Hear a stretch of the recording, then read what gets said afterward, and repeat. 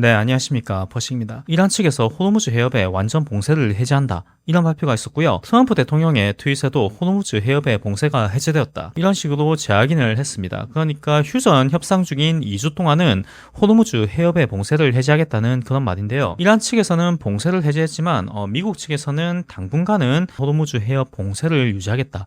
이런 발표를 했습니다. 그러니까 미국이 제시했던 이란의 봉쇄를 재봉쇄한다는 그런 전략. 초등학생들이 땅 따먹기 할 때 야, 여기까지 내 땅이야. 그러면 나는 여기까지 내 땅 할래. 이 전략이 먹혔다는 뜻입니다.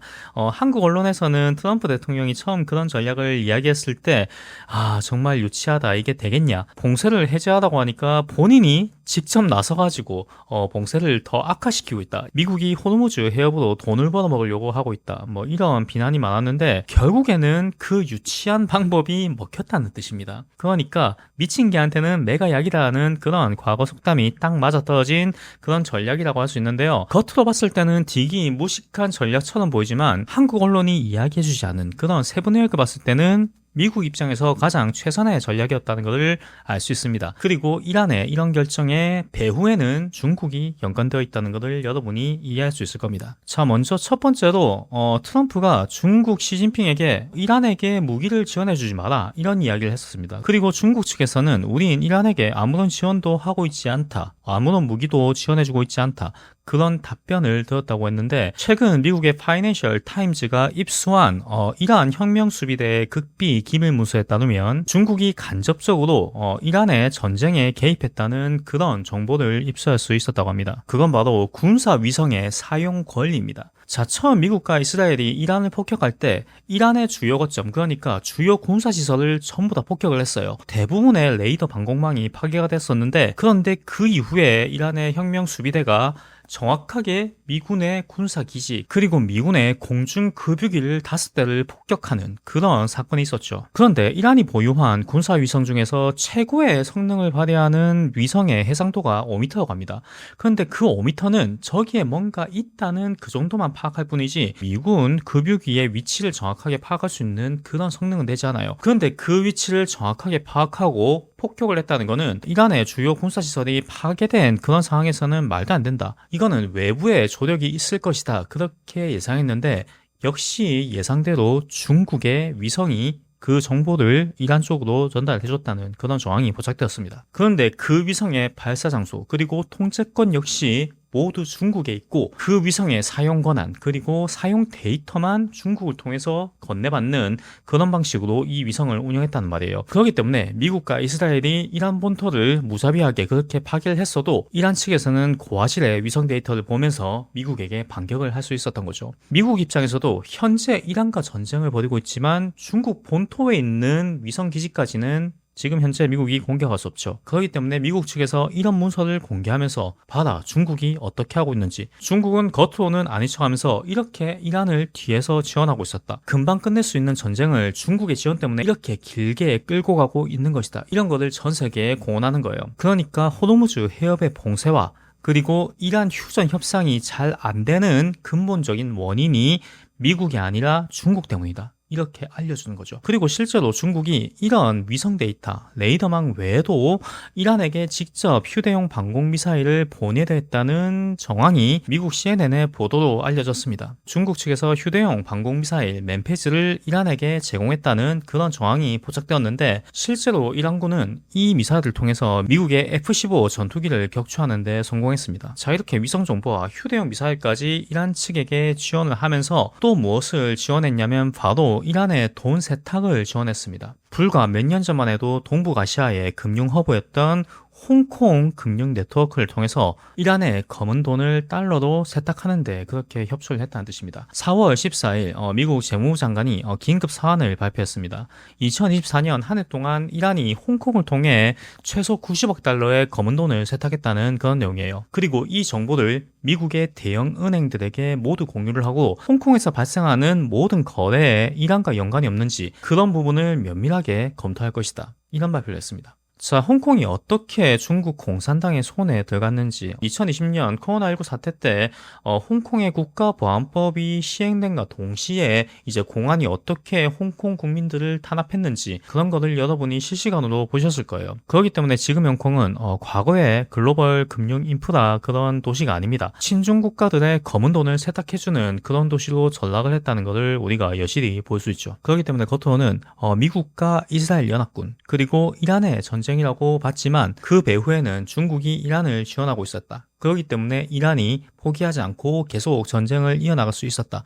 이렇게 볼 수 있는데 이번 미국의 호르무즈 재봉쇄가 어떻게 이란을 경제적으로 타격했는지 이런 부분에 대해서도 정확한 보도가 나왔습니다. 미국의 파이낸셜 타임스가 보도하기로 현재 미국의 해상 봉쇄로 인해서 이란이 석유를 수출하지 못하고 저유 탱크에 보관하고 있는 양이 이미 51% 이상 찼다고 합니다. 이 저유 탱크가 꽉 차기까지 남은 기간이 약 16일 정도밖에 남지 않았다고 해요. 그러면 이란 입장에서 16일이 지난 뒤에는 어떻게 해야 되는가? 이 유정을 강제 폐쇄해야 됩니다. 그런데 이 유정을 폐쇄한다는 거는 그냥 단순히 이렇게 밸브를 딱 잠궈서 더 이상 원유가 나오지 않게 이렇게 막을 수 있는 게 아니에요. 이 유정 자체가 붕괴되는 현상이 발생한다고 합니다. 그러니까 간단히 이야기하면 그 유정을 다시 재사용하기 힘들 수도 있다는 거예요. 만약에 중국이 앞으로 이란을 전쟁에서 지원해주지 못하는 상황이 됐다고 하면 이란은 위성 데이터가 없어지고 무기 지원도 받지 못하고 이란 경제의 핵심이라고 할 수 있는 석유 생산도 엄청난 타격을 입을 수밖에 없게 된다. 스타크래프트 게임으로 치면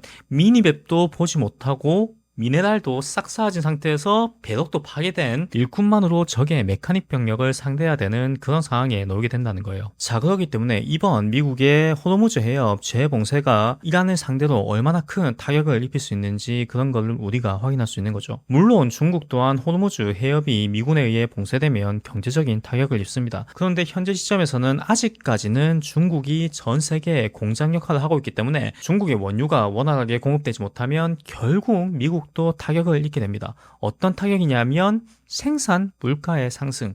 그 생산 물가의 상승은 결국 물가 인플레이션으로 발전하게 되죠. 트럼프 1기가 왜 바이든에게 패배했는지 그 원인을 여러분도 알고 계실 겁니다. 트럼프가 물가 상승을 막지 못했기 때문에 바이든에게 대선에서 패배를 했던 거예요. 그런데 2026년 11월에는 미국의 중간선거가 있죠. 지금 시점에서 만약 물가가 폭등하고 트럼프가 또다시 물가를 상승시킨 주범이라는 그런 오명이 쓰게 되면 이번 중간선거에서 공화당이 민주당에게 다시 한번 패배할 확률이 있습니다. 그렇기 때문에 트럼프 입장에서는 어떻게 해서든지 호르무즈 해협을 빨리 개방해야 될 그럴 필요가 있었다. 그런데 마침 그 뉴스가 방금 나왔다는 겁니다. 이란 측에서 호르무즈 해협을 개방했다. 하지만 이번 개방은 영구적인 그런 개방이 아니라 휴전 협상이 진행되고 있는 그 시기 동안만 개방하겠다는 조건이 달려 있습니다. 만약에 휴전 협상이 제대로 되지 않는다면 또다시 호르무즈 해협이 봉쇄될 가능성이 있다. 다만 과거와 현재 시점에서 다른 점이 있다면 더 이상 중국이 이란을 간접적으로 지원해주지 못할 수도 있다. 그리고 두 번째로는 이란의 원유 수출도 현재 막혀있는 상태다. 이란 역시 데드라인이 얼마 남지 않았다는 그런 조건이 생겼기 때문에 이번 휴전 협상은 생각보다 미국이 원하는 대로 그렇게 진행될 확률이 매우 높아졌습니다.